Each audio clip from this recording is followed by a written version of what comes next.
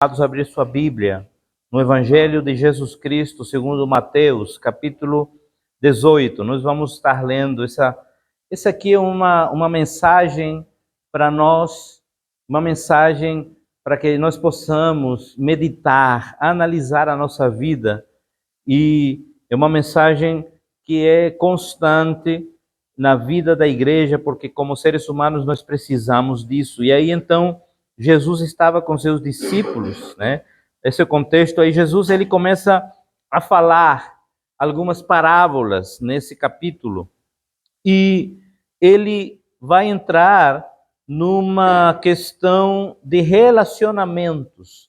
E aí então Pedro, no verso 21, ele diz assim: então Pedro aproximou-se de Jesus e perguntou: Senhor, quantas vezes deverei perdoar a meu irmão quando ele pecar contra mim? Até 7 vezes? Por que Pedro está falando isso? Porque pela lei judaica ele deveria perdoar até 7 vezes.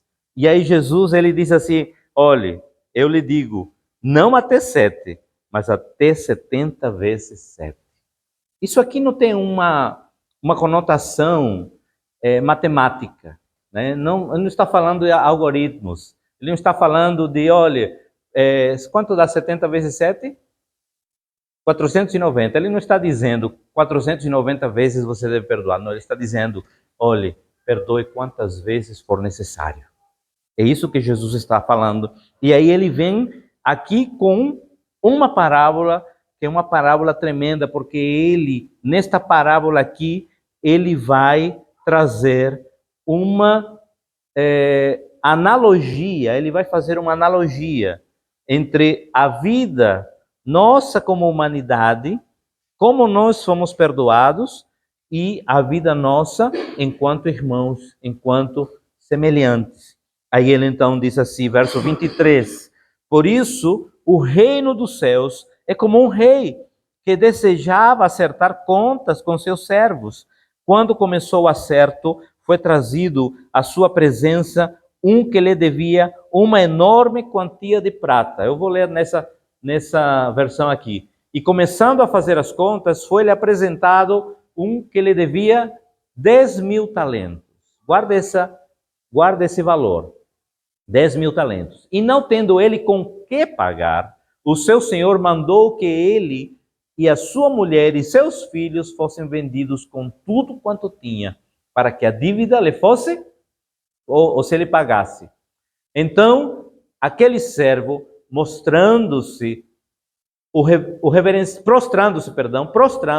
reverenciava, dizendo, Senhor, seja generoso para comigo, e tudo te pagarei. Então o senhor daquele servo, movido de íntima compaixão, soltou-o e perdoou-lhe a dívida. Saindo, porém, aquele servo encontrou um dos seus conservos, que lhe devia 100 dinheiros, e, lançando mão dele, sufocava-o, dizendo, paga-me o que me deves. Então o seu conservo, prostrando-se aos seus pés, rogava-lhe, dizendo, seja generoso para comigo, e tudo te pagarei. Ele, porém, não quis. Antes foi lançá-lo na prisão, até que pagasse a dívida. Vendo, pois, os seus conservos o que acontecia, contristaram-se muito e foram declarar ao seu senhor tudo o que passara.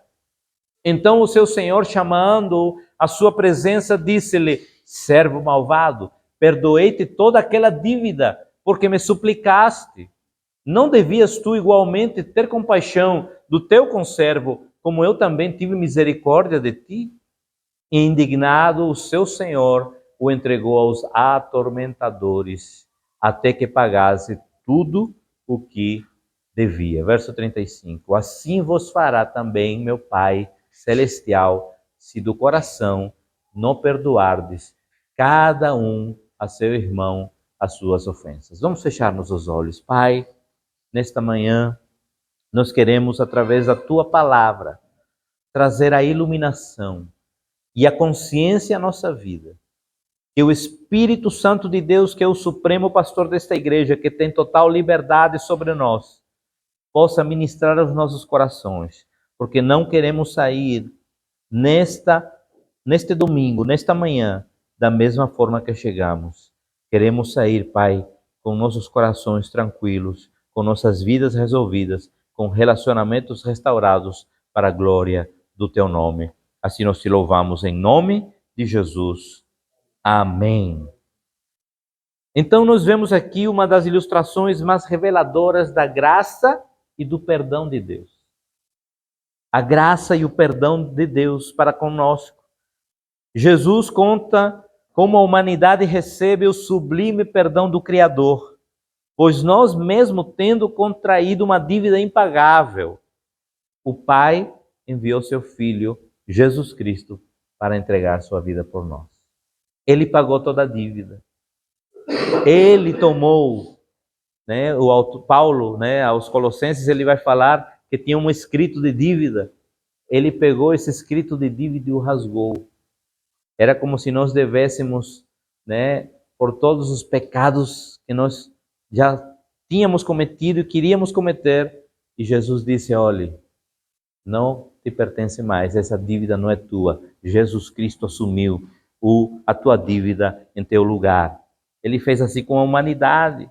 Então, o Pai envia seu Filho para carregar as nossas transgressões e assim pagar a nossa dívida em nosso lugar, nos dando o privilégio de ter assim a conta zerada para iniciar uma nova vida, uma nova jornada com Cristo Jesus.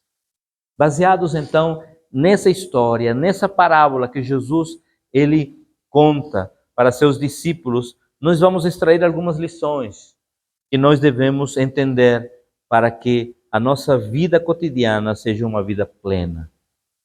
A primeira lição que eu posso extrair está no verso 24, onde nós vamos ver e diz assim, e começando a fazer as contas, foi-lhe apresentado um que lhe devia 10.000 talentos. Essa é, para a época e até hoje, uma quantia impagável. Jesus utilizou aqui uma hipérbole. O que é uma hipérbole? É uma história assim, totalmente exagerada, Exagerado. Ele sabe por que exagerado? Porque a dívida de 10.000 talentos era uma dívida impossível de ser contraída naquela época. Por que era impossível? Porque um talento só equivalia a 35 quilos de ouro. Era 10.000 talentos. Multiplique aí 1 por 10, Aí você faz aí as contas. É um tesouro imensurável de ouro.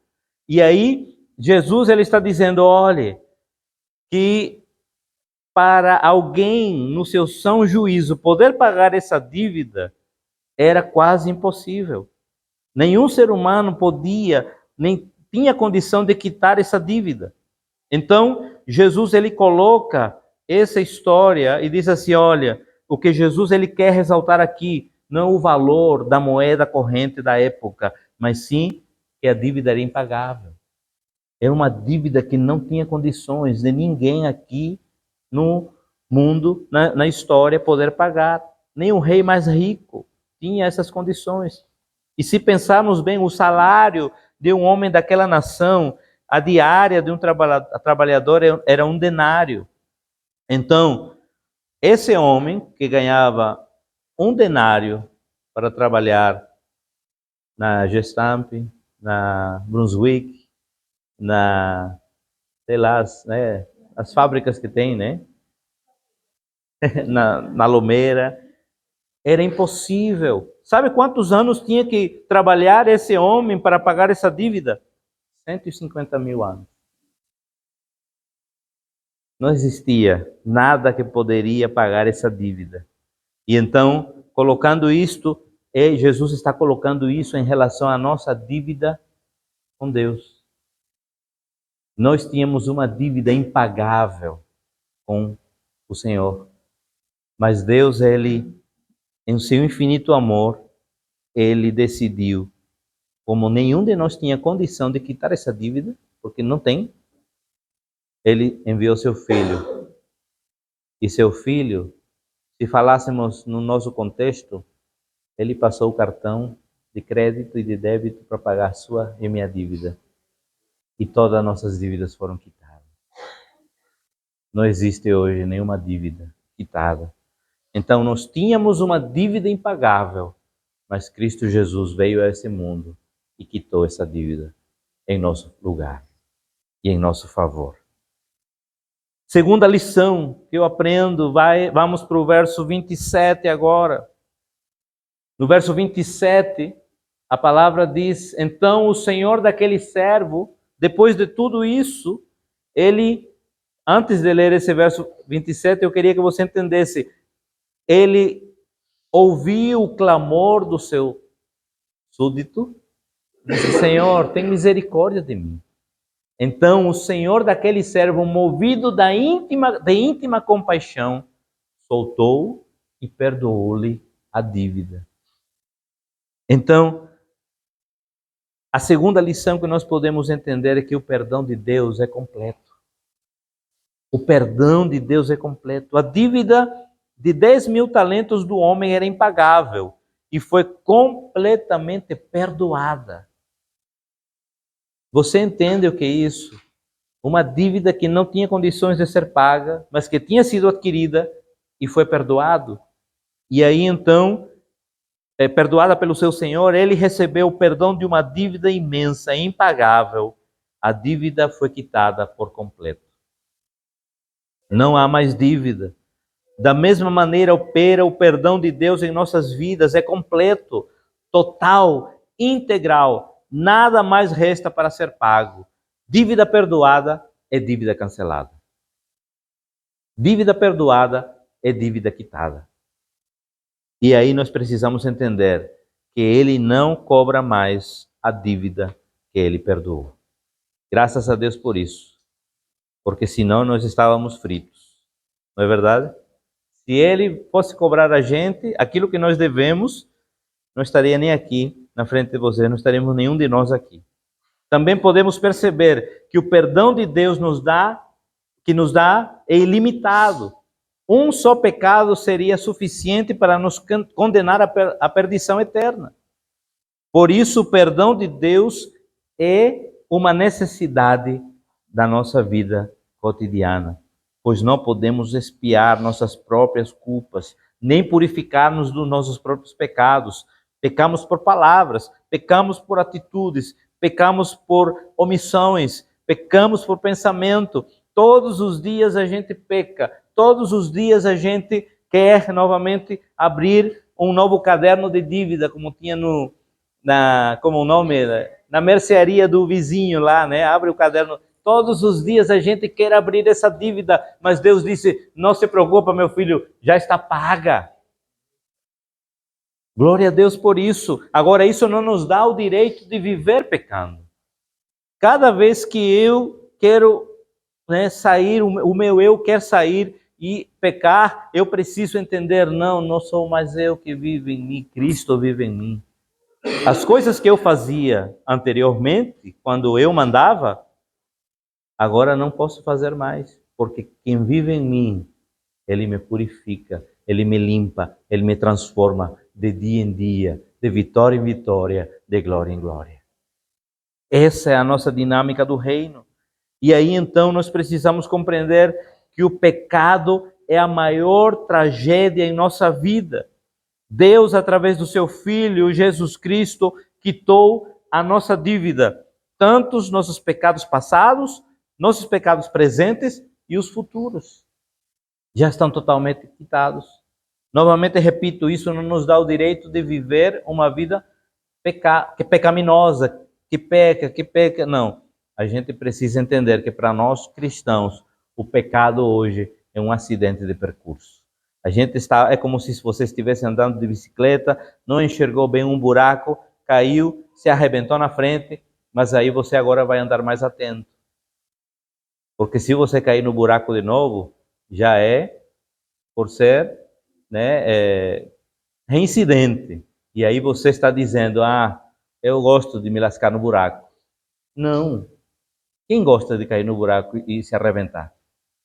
Nós precisamos entender que o pecado é assim, é um buraco na nossa vida, mas a gente está aqui para, como irmãos, andar juntos e tampar esses buracos juntos. Essa é a nossa vida, a gente precisa vivenciar. Terceira lição, então, que nós podemos extrair também no verso 27, é que o perdão de Deus é baseado na sua compaixão. Ele nos olha com compaixão.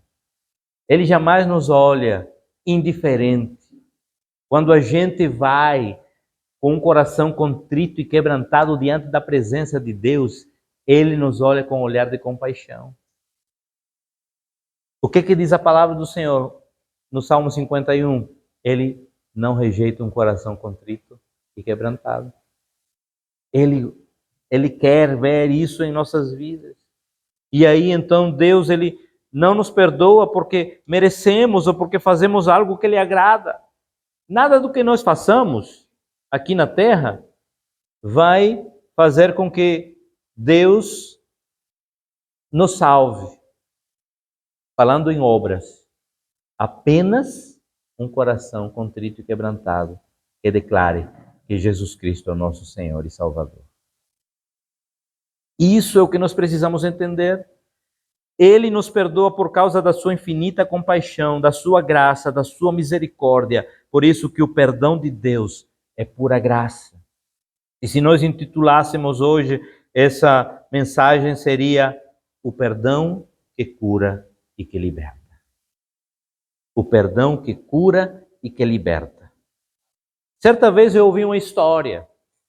Um professor da periferia da comunidade, ele via nos seus alunos, né? E eu me lembro muito porque Célia também trabalhou assim, ela era professora de uma escola que estava numa comunidade lá na nossa cidade. E tem aquele aluno que trouxe-lhe ao coração do professor compaixão, porque vivia com as roupas rasgadas, não era bem cuidado. E ele decidiu então comprar roupas novas para o seu aluno.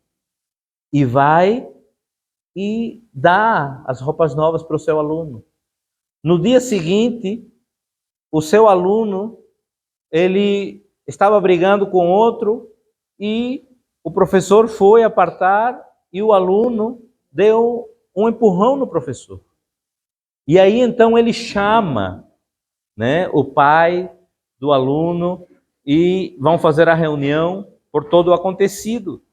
E quando você passa tudo isso, o pai pergunta: foi o senhor que deu as roupas para ele? Foi.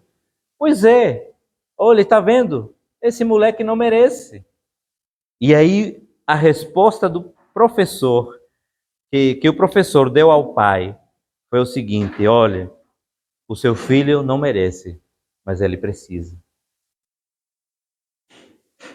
E é assim somos nós. Desse jeito, nós não merecemos nada, mas precisamos desesperadamente da graça, do amor, do perdão e da misericórdia de Deus todos os dias. Porque todos os dias a gente empurra ou lança palavras que entristecem o coração de Deus. Como o professor teria ficado triste, né? O professor, ele tirou do seu salário, que lá não é essas coisas, né? Salário do professor não é essas coisas, para comprar uma roupa nova para o menino. Assim é o coração de Deus. O coração de Deus, ele quer nos ver bem como filhos. E ele não mede esforços em nos dar presentes todos os dias. Sabe qual é o maior presente que você recebeu hoje pela manhã? É o fôlego de vida. E o maior que já recebemos como humanidade é a tão grande salvação. Esse é o maior presente. E muitas vezes a gente não entende isso. A gente se acha, não, porque eu merecia, né? Merecia era o fogo do inferno. É isso que nós merecemos. É queimar no inferno. Só que Deus, no seu infinito amor, Ele nos transportou. Olha, estávamos aí já condenados, Ele nos pegou, né? Não foi pelos cabelos, certo? Foi bondosamente e nos transportou para o reino do Filho do seu amor, Jesus Cristo. Esse é o amor de Deus. Assim nós experimentamos esse amor. Quarta lição que nós podemos aprender, verso 32, por favor, Adam. Então o seu Senhor, chamando-o à sua presença, olha aqui o que aconteceu. Vamos ler dos versos anteriores, para você entender melhor, do 29, se eu não me engano.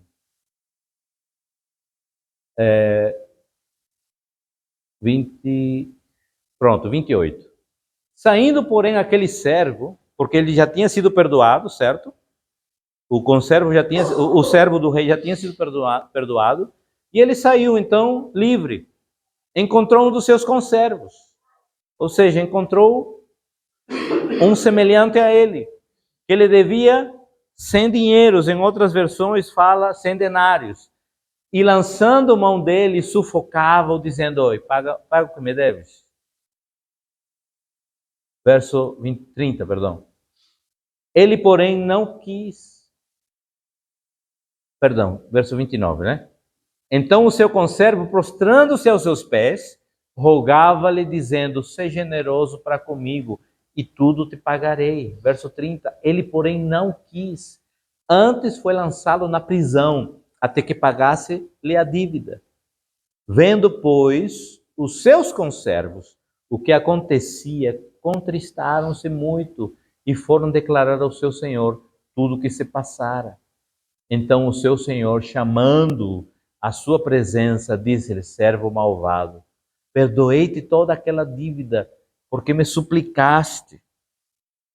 Não devias tu igualmente ter compaixão do teu conservo, como eu também tive misericórdia de ti? Interessante é que aqui, então,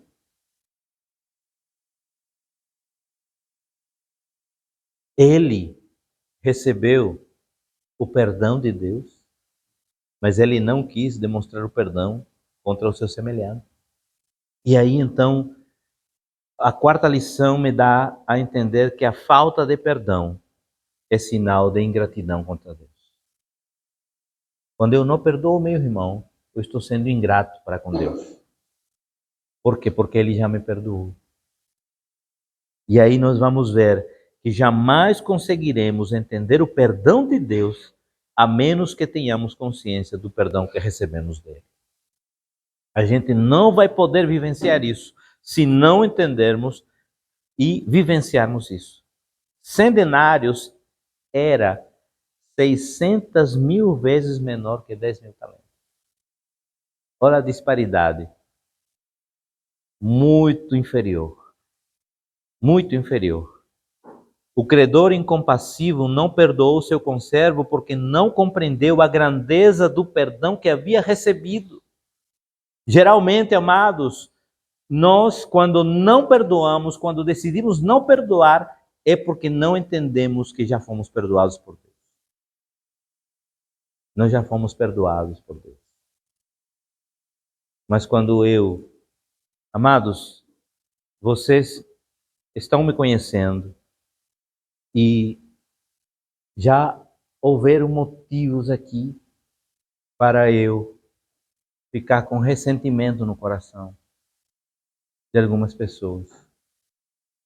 Mas quem sou eu para guardar ressentimentos e não perdoar se eu já recebi o perdão de Deus?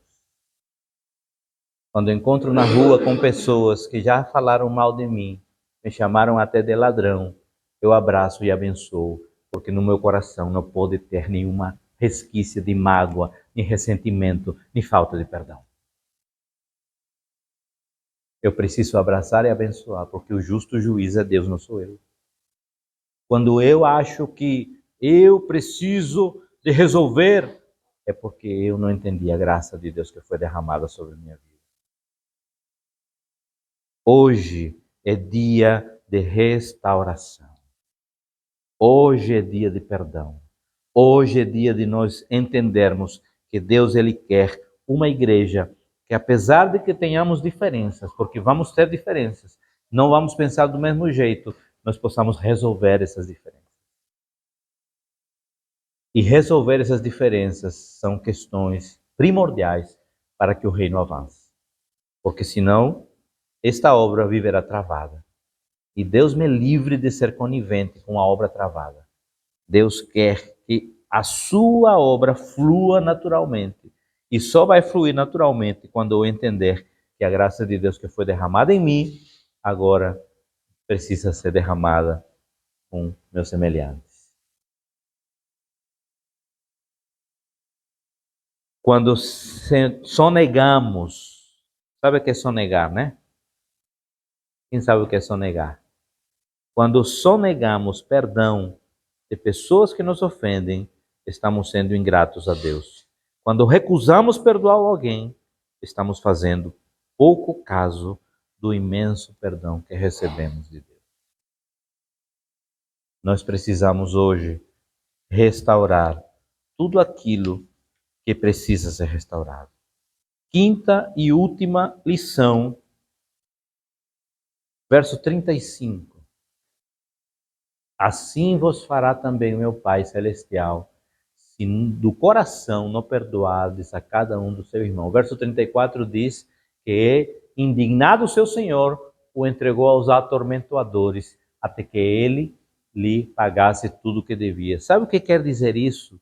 Quando a gente não perdoa, a gente vai viver uma vida de tormento. A gente vai viver e carregar peso que não é nosso. Quantas vezes eu já vivenciei isso, amados, pela falta de perdão, e eu não conseguia dormir direito, e eu não conseguia esquecer essa pessoa vivia na minha mente e aparecia, isso é falta de perdão, sabe, amados, é interessante porque quem não perdoa aos seus devedores não recebe o perdão de Deus. Se fecharmos o nosso coração para o próximo, sonegando-lhe o nosso amor e retendo-lhe o perdão, fechamos as comportas da misericórdia de Deus sobre a nossa própria vida. Isso é forte, não é brincadeira. A gente fecha as comportas. Deus, ele é um Deus que se apraz em abrir os céus para a nossa vida.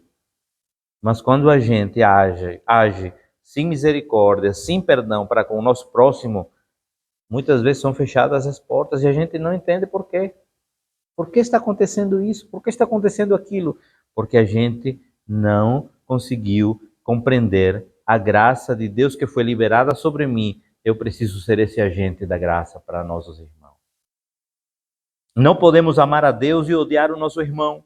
Não podemos ter comunhão com Deus e viver brigado com o próximo. Não podemos adorar a Deus sem primeiro ajustar as contas com nossos irmãos. Enquanto construirmos barricadas para com o nosso próximo, fechamos o caminho da intimidade com Deus. É isso que acontece. Nós vamos fazendo barricadas. Não. Esse irmão, ele me feriu, ele fez isso, fez aquilo. Não. E eu fico naquele cerco de barricadas, sem querer mais relacionamento. Como é que nós vamos a fazer isso e ter intimidade com Deus? Não. Deus rejeitou Caim e a sua oferta, pois antes de olhar para a oferta, ele olhou para o coração de Caim. Deus viu um coração cheio de inveja e ódio para com seu irmão. Meu Deus, como isso é forte. Deus não rejeitou a oferta de Caim pela oferta. Ele rejeitou a oferta de Caim pelo coração de Caim. Porque Caim teve inveja e ódio do seu irmão. Deus me livre de viver uma vida aqui na frente em que não estiver resolvido com meus irmãos e estiver pregando aqui, não. Eu não posso fazer isso, amados. Nós precisamos resolver. Primeiro, resolver como temos andado em relação ao nosso próximo. Nós temos exercido perdão para com os nossos irmãos? Temos sido verdadeiramente um canal da graça de Deus? Eu estava analisando algumas consequências que a falta de perdão e o ódio trazem para a nossa saúde física. Sabe o que é que acontece? O ódio, e a falta de perdão eleva a pressão arterial. perturba o trabalho digestivo, provoca úlceras no estômago, conduz esgotamento nervoso, tira o apetite, rouba o sono e provoca infarto. Mas sabe o que produz o perdão? Cura, alegria, felicidade, bem-estar, sorriso. Quando você é uma pessoa que perdoa, o seu semblante muda. O seu semblante transmite paz, alegria, isso que Deus quer. Essa mensagem, amados, não é para condenar ninguém. Essa mensagem é para ajustar as contas, para que a gente possa caminhar e dizer: Senhor, se o Senhor me perdoou, eu não posso fazer questão contra meu irmão, eu preciso perdoar. Quer viver uma vida de cura? Quer viver uma vida abundante? Perdoe. Quer viver uma vida que realmente exale o amor de Cristo? Olhe, não estou dizendo aqui que você precisa viver de beijinhos e abracinhos com seu irmão. Mas a gente precisa ter o suporte.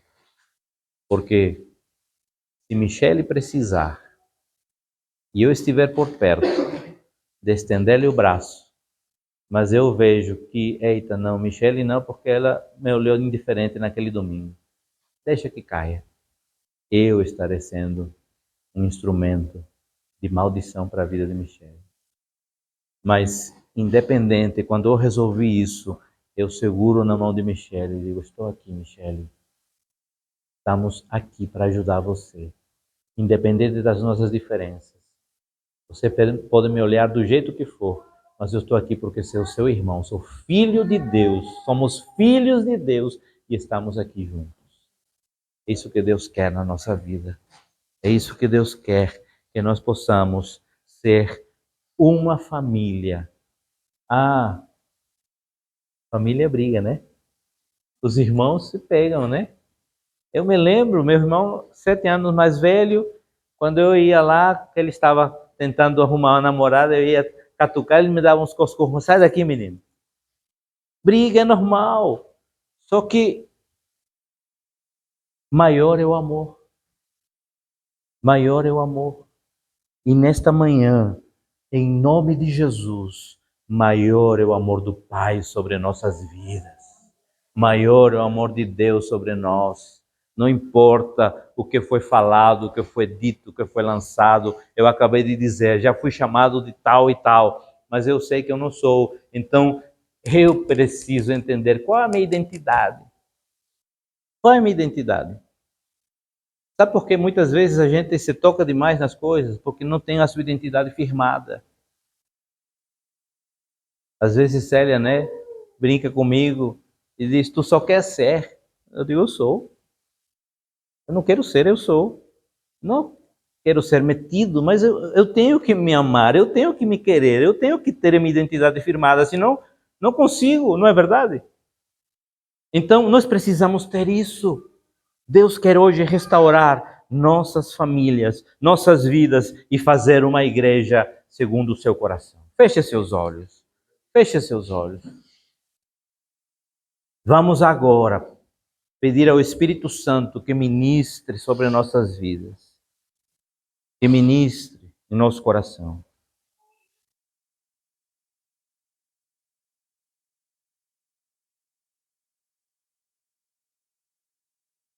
Deus, Ele quer fazer uma obra maravilhosa. Mas muitas vezes somos nós mesmos que freamos, que obstaculizamos, e Deus nos livre de ser um obstáculo para a obra de Deus. Pai, em nome de Jesus, eu quero clamar agora pela vida desta igreja, por cada família, por cada vida que está aqui. Tu conheces cada coração, tu sabes, Pai amado, o que está passando, o que passou. Pai, nós não queremos mais viver uma vida que não agrade teu coração. Nós queremos vivenciar a vida abundante que Jesus já conquistou na cruz do Calvário para nós. Por isso, em nome de Jesus, nos livra de ter um coração como o de Caim, cheio de ódio, de inveja, de amargura, mas queremos ter um coração, Pai, sincero, assim como Davi, mesmo que errou, mesmo que pecou, mesmo até que matou, mas ele tinha um coração contrito e quebrantado. E assim nós queremos, Pai, ter esse coração diante de Ti. Oh Espírito de Deus, ministra agora, Senhor, sobre estas famílias.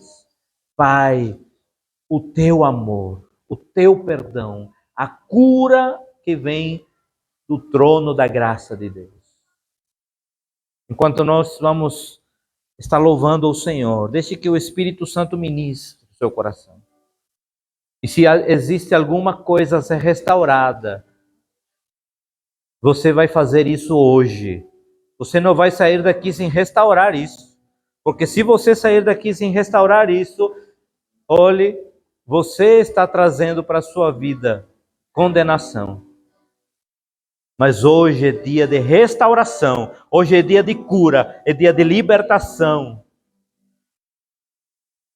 Então vamos louvar o Senhor e declarar que Ele está aqui.